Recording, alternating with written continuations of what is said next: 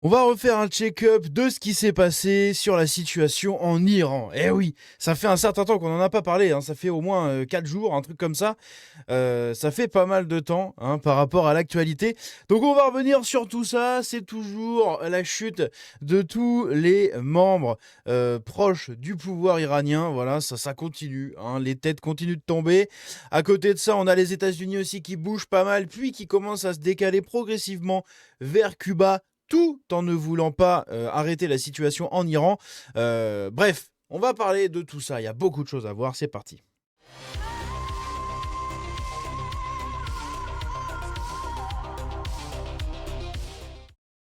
Alors, on commence ici avec un truc, ça a été confirmé hier. Un politicien senior, voilà, quelqu'un d'assez connu apparemment en Iran, Ali Larjani, eh bien, a été confirmé comme étant quick. Voilà. Encore un autre chef religieux, un autre chef du parti qui a été quick. Voilà. Et il y en a plusieurs, hein, ça continue. Il y en a au moins un par jour qui tombe minimum. C'est quand même dingue, hein, c'est vraiment. Et c'est confirmé souvent par les autorités iraniennes. Donc, bon, a priori, ça a l'air d'être vrai. Après, on n'est pas sur place pour confirmer les corps, mais vous avez compris. Au niveau des Émirats Arabes Unis, on a Fujairah, c'est un port là-bas.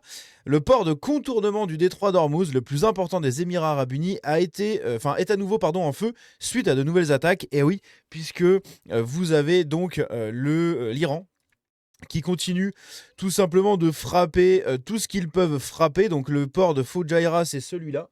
Et en fait, si vous voulez esquiver le détroit d'Ormuz, vous vous amarrez à un port dans cette zone-là, vous faites transiter votre cargaison jusqu'à Fujairah et après ça repart à la sortie.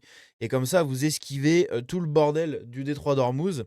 Le seul problème, c'est que eh bien, l'Iran a compris, hein, cette tactique et frappe du coup Fujairah. Il frappe absolument tout de toute manière par ici. Tous les navires qui arrivent dans cette zone, hein, grosso merdo, par là, se font frapper quoi qu'il arrive. Les ports, pareil. Donc voilà, c'est un peu compliqué, n'est-ce pas? À côté de ça, qu'est-ce qu'on a ici? On a... ah oui. Putain, c'est vrai, il y a aussi ça, le fils de Khamenei, donc il s'appelle Mojtaba Khamenei. Son fils, donc, apparemment, serait momosexuel. Voilà. Ce serait quelqu'un qui aime plutôt les aubergines que les pêches, n'est-ce pas? Ou que les abricots, plutôt. Et justement, ici, quand les journalistes en parlent, vous avez la réaction de Jade Evans qui rigole, tout simplement, quand la question est posée, puisque c'est une rumeur qui a été sortie par Trump il y a plusieurs jours. Ça a continué, en fait, depuis ces jours-là, à se tourner un peu partout. Et il y a des journalistes, lors d'une conférence de presse dans le bureau ovale, qui ont posé la question. Et dedans, ici, on ne voit pas bien sur cet extrait, mais il y a un autre extrait où on voit bien, et il est en train de sourire, en fait, avec cette question. Moi, ça me fait rire en fait parce que Trump balance des trucs comme ça et les journalistes sont en mode oui, alors qu'est-ce que vous en pensez? Est-ce que c'est vrai? Oh la vache, c'était incroyable. On a, putain, oui, ça aussi. Bordel, là je redécouvre des trucs, hein, parce qu'en 3 4 jours il s'est passé beaucoup de choses. Je stocke plein d'infos au niveau de l'Iran, j'en enlève aussi beaucoup d'autres et je n'en mets pas beaucoup d'autres aussi parce que souvent c'est des trucs que des comptes repartagent alors que ça date d'il y a 3 4 jours et que j'en ai déjà parlé et tout. Mais ici, on a ça, on a le Mamas qui appelle l'Iran à céder de bombarder ses voisins. Ok, très bien. Écoutez, je pense qu'ils font ça sûrement par pression aussi. Ils n'ont pas envie de se faire déglinguer la tronche, voilà, de se faire rebombarder dans tous les sens ou je ne sais quoi. Et puis de toute manière, voilà, entre sunnites et chiites, bon, voilà.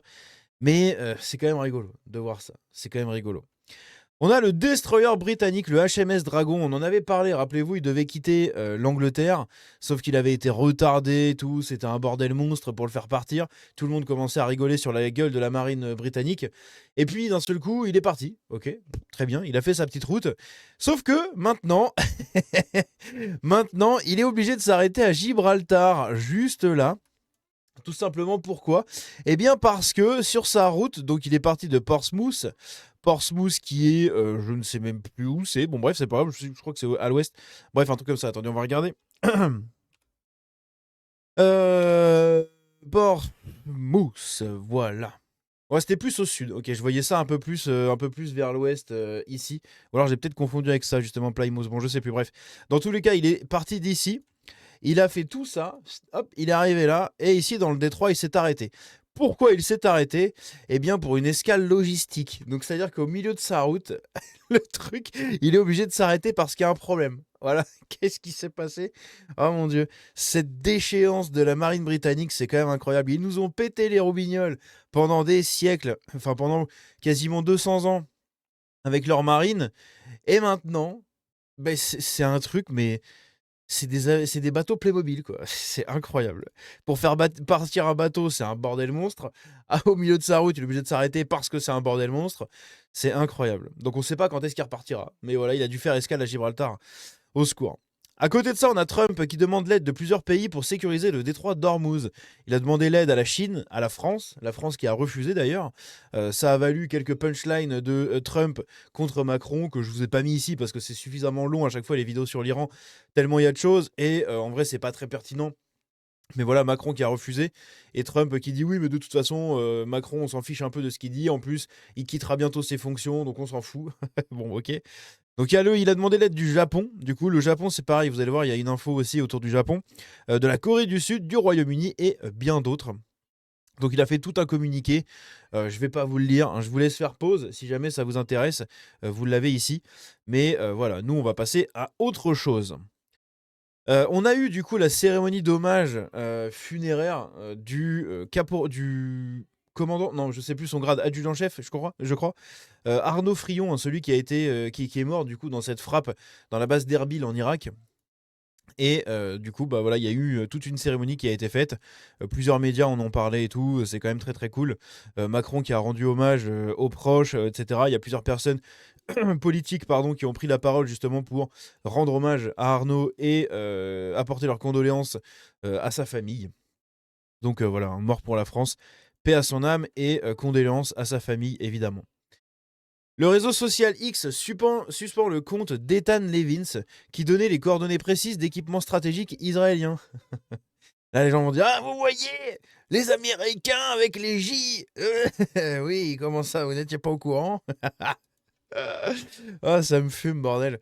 Il y a plein de gens qui ont pété un câble avec cette info, mais au secours, quoi. À côté de ça, on a Trump qui est furieux contre les pays de l'OTAN puisque ils ne veulent pas le rejoindre. Voilà, il y a beaucoup de pays qui refusent de le rejoindre dans son opération au Moyen-Orient. Et il ajoute: nous n'avons besoin de l'aide de personne. Bah oui, on le sait, ils ont besoin de l'aide de personne, mais ils demandent quand même. Et si tu refuses, bah déjà tu passes pour une tanche, quoi, malheureusement. L'Espagne, donc comme la France, hein. L'Espagne annonce mettre fin aux fonctions de son ambassadrice en Israël sur fond de tensions entre les deux pays, après l'opposition aux frappes américano-israéliennes menées contre l'Iran. Selon l'agence Reuters, il s'agit d'un retrait diplomatique définitif. Donc ça, on en avait déjà parlé, je crois, ou peut-être pas. Je l'avais peut-être pas mentionné, mais il me semble que si pourtant. Mais en gros, voilà, hein, ils ont vraiment rompu leur accord au niveau des ambassades, etc. L'accord diplomatique. On verra comment ça va finir cette histoire, mais à mon avis, ça va poser quelques problèmes dans la diplomatie internationale. Le gouvernement français travaille sur une proposition pour arrêter la guerre entre Israël et le Liban. Cela impliquerait que le Liban reconnaisse l'État d'Israël. Ça, c'est pas gagné, hein.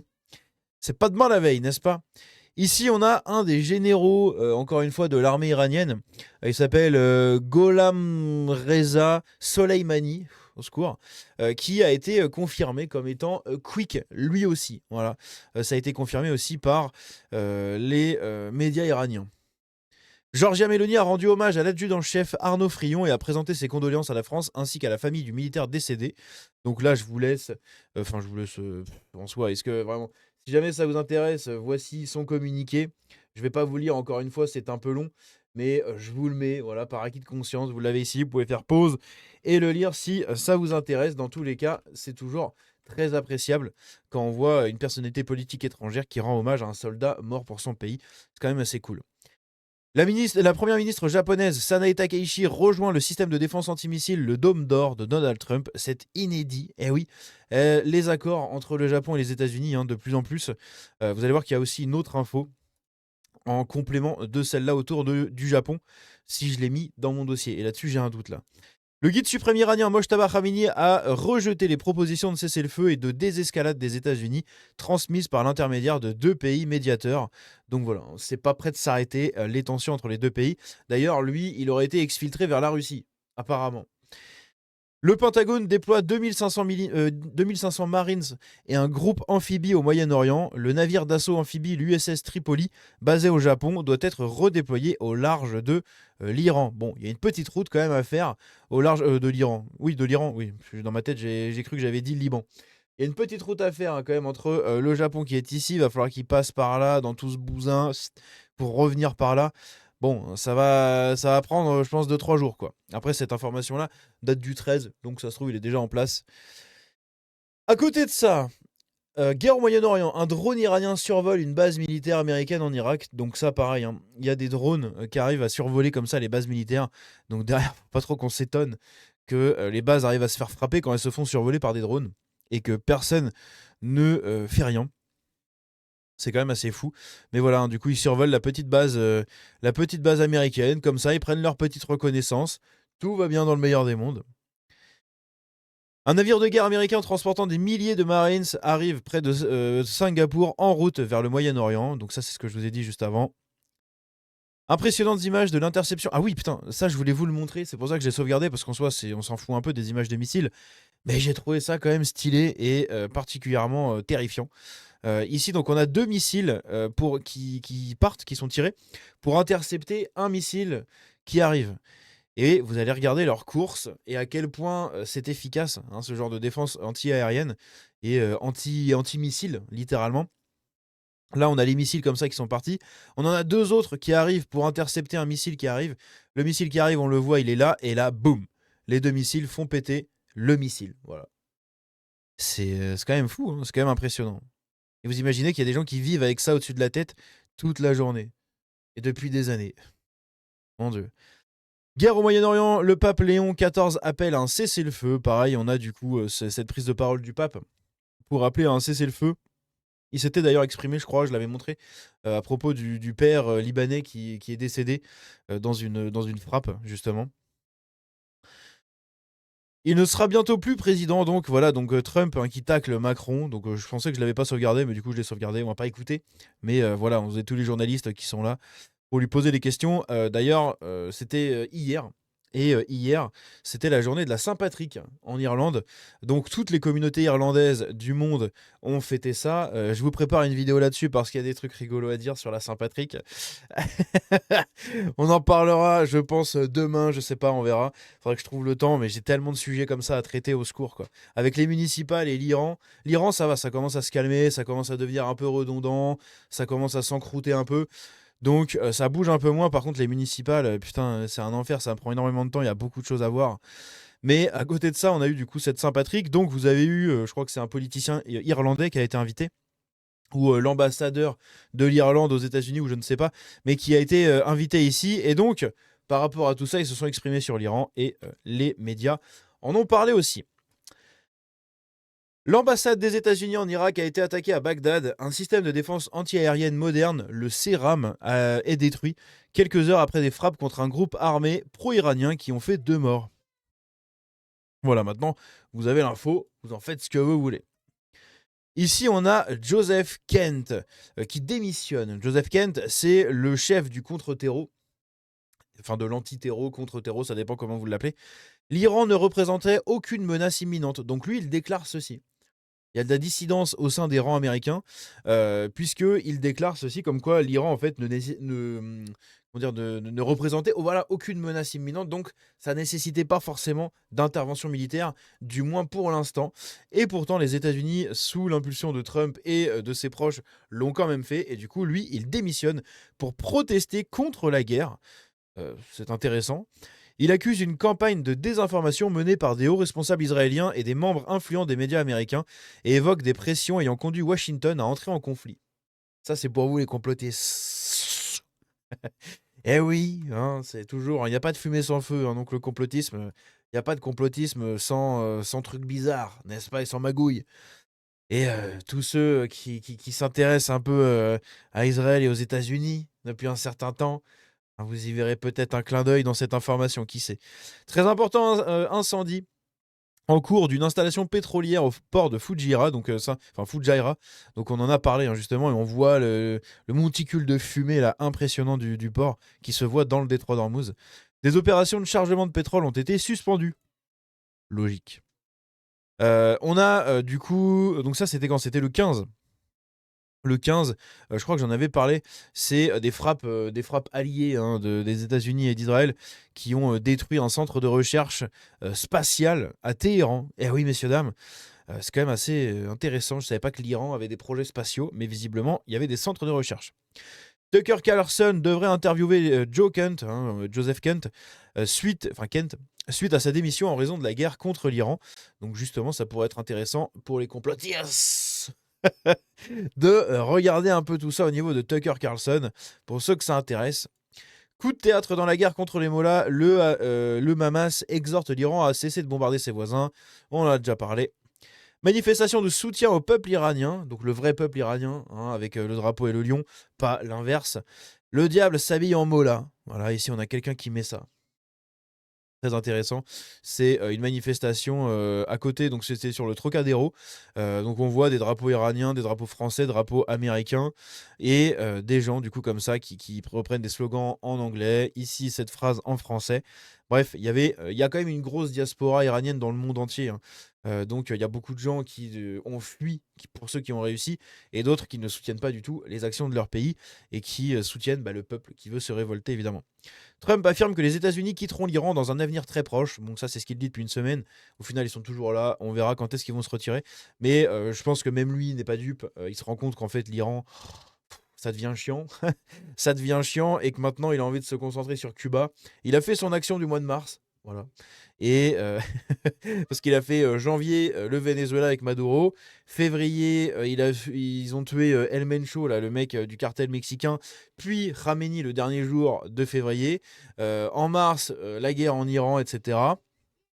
Et tout simplement, j'ai oublié l'autre qui est mort aussi, là, très important. J'ai oublié son nom, je ne sais plus. Et du coup, sûrement qu'en avril, ce sera autour de Cuba. Voilà, pourquoi pas. Et dans les mois suivants, peut-être le Mexique. Hein. Ah oui, le Mexique qui subit de plus en plus de pression. Lors de la cérémonie des Oscars, on a l'acteur Javier Bardem qui nous dit non à la guerre et Free Palestine. Super. Les gardes iraniens confirment la mort du chef paramilitaire de Basij, Gholam Reza Soleimani. Donc ça, on en a parlé tout à l'heure. Ministre et député. Ah oui, ça c'est lunaire. Benjamin Haddad, messieurs, dames, le ministre chargé de l'Europe qui ne sait pas placer l'Iran sur une carte.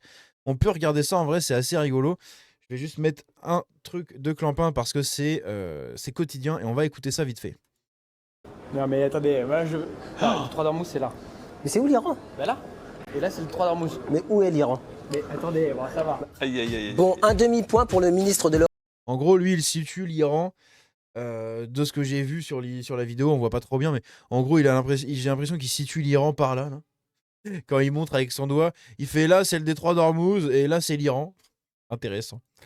Intéressant. C'est curieux. On a d'autres gens de l'équipe aussi, pareil, qui essayent de placer l'Iran, mais il y en a plein. Hein. Mais ils savent pas, en fait. Tous ces gens vous donnent des ordres hein, et sur comment gérer votre vie, comment vous devez penser, etc. Mais ils ne savent même pas placer les principaux acteurs d'un conflit actuel. C'est quand même d'une tristesse absolue, quoi. Hein,